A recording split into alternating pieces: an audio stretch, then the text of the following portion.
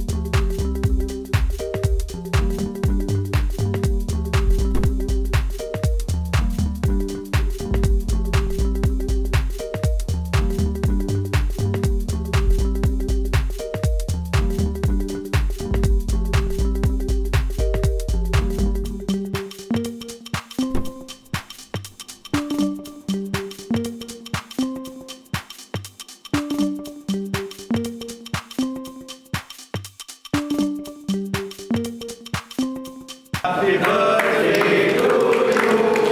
Happy birthday to you.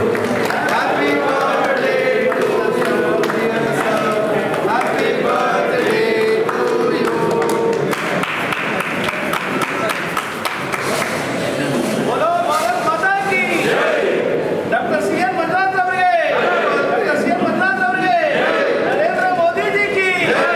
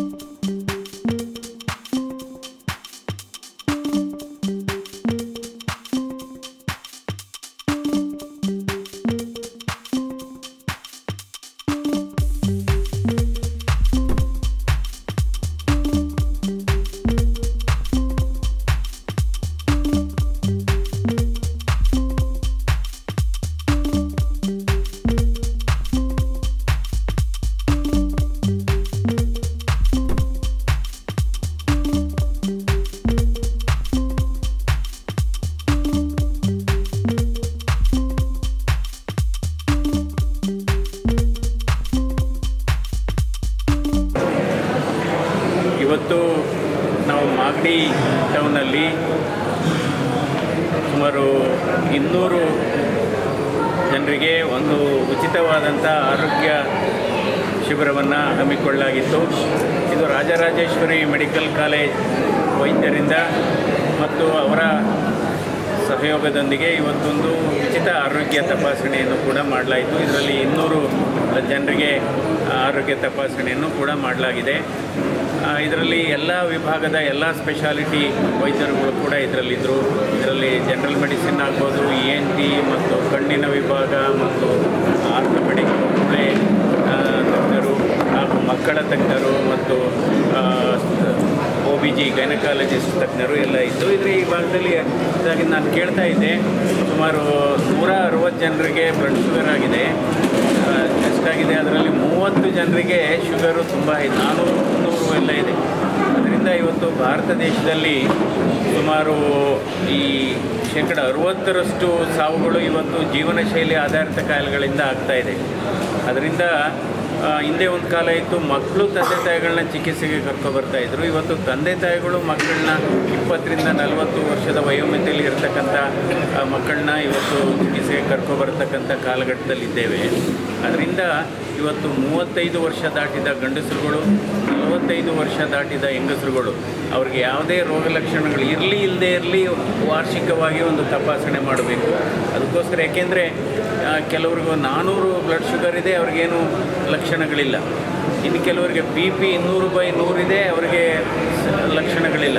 ಯಾಕೆಂದರೆ ಇವೆಲ್ಲ ಕಾಯಿಲೆಗಳು ಇತ್ತೀಚೆಗೆ ಜಾಸ್ತಿ ಆಗ್ತಾ ಇದೆ. ಯಾಕೆಂದರೆ ಧೂಮಪಾನ ಜಾಸ್ತಿ ಆಗಿದೆ, ಮದ್ಯಪಾನ ಜಾಸ್ತಿ ಆಗಿದೆ, ಸಕ್ಕರೆ ಕಾಯಿಲೆ ಜಾಸ್ತಿ ಆಗಿದೆ, ನಂತರ ವ್ಯಾಯಾಮ ಇಲ್ಲ ಮತ್ತು ಆಹಾರ ಪದ್ಧತಿ ಬದಲಾವಣೆ ಆಗಿದೆ, ಆಹಾರ ಪದಾರ್ಥ ಬದಲಾವಣೆ ಆಗಿದೆ. ಅದರ ಜೊತೆಗೆ ಒತ್ತಡ ಅನ್ನೋದೇ ಒಂದು ಹೊಸ ಒಂದು ಕಾಯಿಲೆ. ಒತ್ತಡ ಎಲ್ಲರಿಗೂ ಅವರವರ ವೃತ್ತಿಯಲ್ಲಿ ಒತ್ತಡ ಜಾಸ್ತಿ ಆಗಿದೆ. ಗಾಳಿ ಸರಿ ಇಲ್ಲ, ಗಾಳಿ ಮಾಲಿನ್ಯ ಇದೆ, ನೀರಿನ ಮಾಲಿನ್ಯ ಇದೆ, ಆಹಾರ ಮಾಲಿನ್ಯ ಇದೆ. ಅದರಿಂದ ಇವತ್ತು ನಾನು ಮೇಲ್ನೋಟಕ್ಕೆ ಚೆನ್ನಾಗಿದ್ದೀನಿ ಅಂದ್ಕೊಂಡಿದ್ರು ಒಳಗಡೆ ಏನಿದೆ ಅನ್ನೋದು ಗೊತ್ತಿಲ್ಲ. ಅದರಿಂದ ಈ ರೀತಿ ಆರೋಗ್ಯ ಶಿಬಿರಗಳನ್ನು, ಉಚಿತ ಆರೋಗ್ಯ ತಪಾಸಣೆಗಳನ್ನು ನಿರಂತರವಾಗಿ ನಾವು ಮಾಡುವ ಅವಶ್ಯಕತೆ ಇದೆ. ಸೊ ಹಾಗಾಗಿ ಇವತ್ತು ಈ ಕಾರ್ಯಕ್ರಮವನ್ನು ಹಮ್ಮಿಕೊಂಡಿದ್ದೇವೆ. ಇದರಲ್ಲಿ ಸುಮಾರು ಈಗಾಗಲೇ ಹೇಳಿದೆ 200 ಜನರಿಗೆ ಇದೆ ಅಂತ. ಅಂದರೆ ಕೆಲವು ಕಾಯಿಲೆಗಳು ಪ್ರಾಥಮಿಕ ಹಂತದಲ್ಲಿ ಯಾವುದೇ ರೋಗ ಲಕ್ಷಣ ಇರಲ್ಲ. ಯಾವುದೇ ಕಾಯಿಲೆ ಆಗಲಿ, BP ಕಾಯಿಲೆ ಆಗಲಿ, ಸಕ್ಕರೆ ಕಾಯಿಲೆ ಆಗಲಿ, ಅಥವಾ ಹೃದಯಾಘಾತ ಅನ್ನೋದು ಒಂದು ದೊಡ್ಡ ಪಿಡುಗು ಆಗಿದೆ. ಇವತ್ತು 30ರಷ್ಟು ಹೃದಯಾಘಾತ ಇವತ್ತು 45 ವರ್ಷಕ್ಕಿಂತ ಚಿಕ್ಕವರಲ್ಲಿ ಆಗ್ತಾ ಇದೆ. ಇವತ್ತು ಭಾರತ ದೇಶದಲ್ಲಿ ನಂಬರ್ 1 ಕಿಲ್ಲರ್ ಅಂದರೆ ಹೃದಯಾಘಾತ ಮತ್ತು ಬ್ರೈನ್ ಸ್ಟ್ರೋಕ್. Number 1 killer. ಪ್ರತಿ ವರ್ಷ ಭಾರತ ದೇಶದಲ್ಲಿ ಸುಮಾರು 30 ಲಕ್ಷ ಜನರು ಇವತ್ತು ಈ ಹೃದಯಾಘಾತಕ್ಕೆ ತುತ್ತಾಗ್ತಾ ಇದ್ದಾರೆ. ಅದರಿಂದ ಜೀವನ ಶೈಲಿ ಬದಲಾವಣೆ ಆಗಬೇಕು ಮತ್ತು ವ್ಯಾಯಾಮ ಮಾಡ್ಕೋಬೇಕು. ಅಂದರೆ ಚೆಕಪ್ ಮಾಡಿಸ್ಕೋಬೇಕು. ಈ ರೀತಿ ಆರೋಗ್ಯ ಶಿಬಿರದ ತಪಾಸಣೆ ಶಿಬಿರದ ಅವಶ್ಯಕತೆ ತುಂಬ ಇದೆ. ಈ ಸಂದರ್ಭದಲ್ಲಿ ನಾನು ನಮ್ಮ ಎಲ್ಲ ಜಿಲ್ಲಾಧ್ಯಕ್ಷರು, ತಾಲೂಕು ಅಧ್ಯಕ್ಷರು ಮತ್ತು ಎಲ್ಲ ಮುಖಂಡರುಗಳನ್ನು ಮತ್ತು ರಾಜರಾಜೇಶ್ವರಿ ಮೆಡಿಕಲ್ ಕಾಲೇಜಿನ ಎಲ್ಲ ಅವರ ವೈದ್ಯರುಗಳನ್ನು ಕೂಡ ಈ ಸಂದರ್ಭದಲ್ಲಿ ಅಭಿನಂದನೆ ಸಲ್ಲಿಸ್ತೀನಿ ನಾವು. ಏಕೆಂದರೆ ಅವರುಗಳು ಬಂದಿದ್ದರಿಂದನೇ ಇವತ್ತು ಈ ಶಿಬಿರ ಯಶಸ್ವಿಯಾಗಿರೋದು. ಸೊ ಎಲ್ಲ ವೈದ್ಯರುಗಳನ್ನು, ಅವರ ಪ್ರಿನ್ಸಿಪಾಲ್ ಆಗ್ಬೋದು ಅಥವಾ ಅವರ ಚೇರ್ಮನ್ ಆಗ್ಬೋದು, ಏಕೆಂದರೆ ಅವರು ಕೂಡ ಸಹಕರಿಸಿದ್ದಾರೆ. ಅವರನ್ನು ನಾನು ಅಭಿನಂದಿಸ್ತೇನೆ.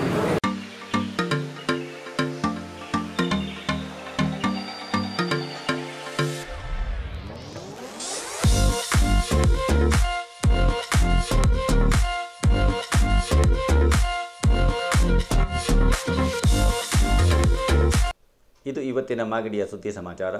ನಿರಂತರ ಸುದ್ದಿ ಸಮಾಚಾರಕ್ಕೆ ವೀಕ್ಷಿಸಿ ನಿಮ್ಮ GTV ನ್ಯೂಸ್ ಕನ್ನಡವನ್ನು. ವಂದನೆಗಳು.